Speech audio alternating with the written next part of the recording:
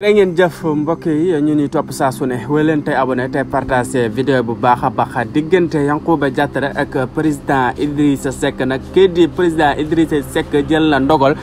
dàq ki nga xamante ne si ne moo di Yankhoba Diattara si parti bi ndax kii di Yankhoba Diattara kat moo doon jéem a layal ki nga xam moo di président Macky Sall si wàllum troisième mandat loolu nag si la kii di président Idrissa dàqee kii di président Idrissa Seck nag ndaamal Kajoor moom nag li mu wax leer na comme que nag Macky Sall gunge nañ ko ba mu andi ñu Coupe d'Afrique moom nag nan ko gunge rek mu andi na li nga xamante ne si moo di Coupe du Monde loolu nag leer na nañ nag la président Idrissa Seck xamle borom ndaamal Kajoor. di armée nationale dem nag défilé nañ défilé bu am solo ñoom nag daan wax na daanan aar sunu moomeel si jéeri jeeg si fépp rek daan ñu aar sunu moomeel moom waa armée nationale ñu doon amal seen défilé dem si 4 avril bi. dans Ousmane Sonko ak Mame Mbaye Niang mën nañ na ba tey pour ba wëreegul ndax lëndi ban leen atte sala ki nga xam ne moo di Mame Mbaye Niang daal di defoon appel ba nag validé nañ ko kon nag diggante Ousmane Sonko Mame Mbaye Niang